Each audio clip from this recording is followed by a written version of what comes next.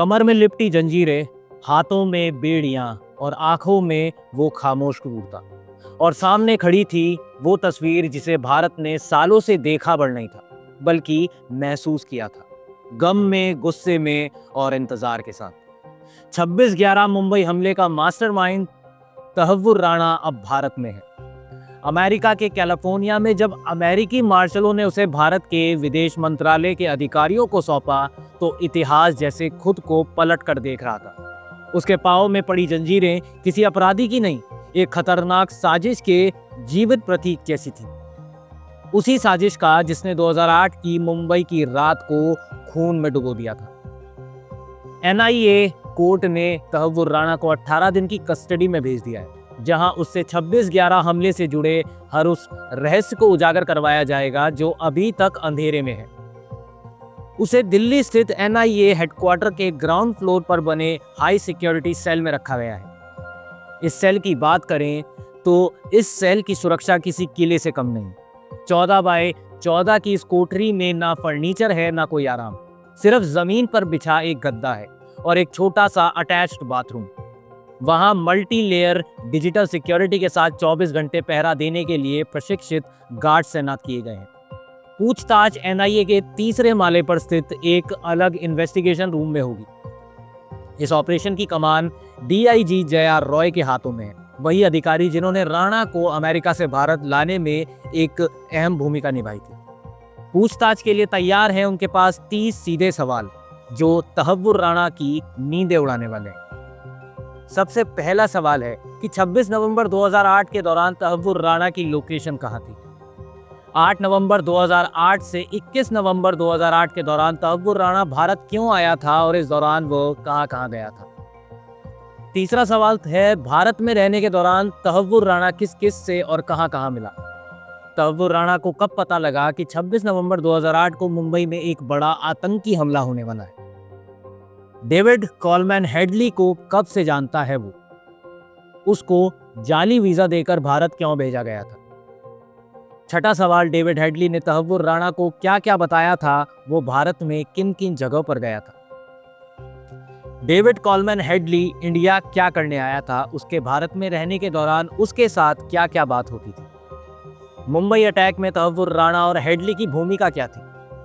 नौवां सवाल, David Coleman Headley को इंडियन वीजा दिलवाने में कैसे मदद की गई थी? उसके बाद मुंबई हमलों की योजना बनाने में तहव्वुर राणा और हेडली की क्या भूमिका थी? हमलों के लिए जानकारी जुटाने में हेडली ने क्या क्या मदद की थी? लश्कर-ए-तैयबा चीफ हाफिज सईद को वो कैसे जानता है और उससे पहली बार वो कहाँ मिला था? हाफिज सईद से कैसे उसके संबंध हैं? लश्कर-ए-तैयबा की मदद उसने कैसे की थी? मदद करने के बदले लश्कर-ए-तैयबा ने उसको क्या दिया था? लश्कर-ए-तैयबा के हाफिज सईद के अलावा वो कितने लोगों को जानता है और आखिरी बार उससे कब बात हुई थी? 16वां सवाल है कि लश्कर-ए-तैयबा में कुल कितने लोग हैं, उसका स्ट्रक्चर कैसा है, रिक्रूटमेंट कैसे होती है और वो कौन करता है? लश्कर को चलाने के लिए फंड कहां से आता है, कौन कौन से लोग सबसे ज्यादा फंड जुटाते हैं? 18वां सवाल है कि हथियारों की सप्लाई कौन करता है, किन किन देशों से हथियार मिलते हैं? पाकिस्तानी आर्मी और आईएसआई की कैसे मदद करती है? हमला करने के टारगेट को कैसे चुना जाता है, टारगेट पर हमले की इंस्ट्रक्शन कहाँ और आईएसआई क्या देती है? लश्कर के लोगों को ट्रेनिंग कौन देता है? किसी भी एक ग्रुप को आईएसआई के कितने अफसर किस तरह से ट्रेनिंग देते हैं? ट्रेनिंग के दौरान क्या क्या बताया जाता है और ट्रेनिंग में क्या क्या करवाया जाता है? 23वां सवाल ये है कि डॉक्टर की नौकरी छोड़कर उसने आतंक का रास्ता क्यों चुना? पाकिस्तानी खुफिया एजेंसी आईएसआई के साथ किसके संबंध थे? हेडली ने उसे मिलवाया था या उसने हेडली को मिलवाया था? आईएसआई की प्लानिंग क्या थी?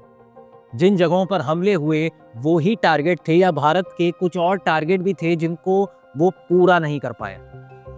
26वां सवाल है कि हमलों में आईएसआई की तरफ से सिर्फ मेजर इकबाल और समीर अली शामिल थे या कुछ और भी बड़े अधिकारी शामिल थे? अगर शामिल थे तो वो कौन कौन थे? 27वां सवाल, आतंक फैलाने की प्लानिंग को फाइनेंस कौन करता है? उसके बाद सवाल है कि क्या आईएसआई के अलावा पाकिस्तान सरकार को भी आतंकी हमले की जानकारी होती है? हमले के दौरान आतंकियों को इंस्ट्रक्शन कौन देता है? क्या बोलकर लड़कों को फिदाइन हमले करने के लिए तैयार किया जाता है? और सबसे आखिरी सवाल, हमले की पूरी योजना बनाने में कितने लोग शामिल होते हैं और उनकी क्या क्या भूमिका होती है?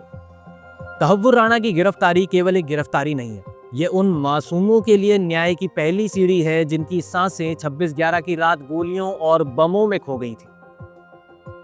Basically, NIA sought 20 days police custody, and after a lot of deliberation, the court said that they've given 18 days police custody, and uske baad he'll be brought back. And if NIA wants more time, then they'll move an application. Any special instruction given to NIA regarding a medical test and food will special food? There was nothing about food, but for medical, they've been told that a comprehensive medical test would be done when he is taken into custody and before he is brought back to court at the end of the remand. And in the meantime, also, all his medical requirements will be taken And care has he himself made any statement before the judge during the proceeding? He has requested that anybody representing him in court, the lawyers, especially since we are from DLSA, we are doing our duty, so that public outrage should not be there against the lawyers, because at the end of the day we are just there to protect the civil rights of anybody who is coming into courts. Thank you, sir.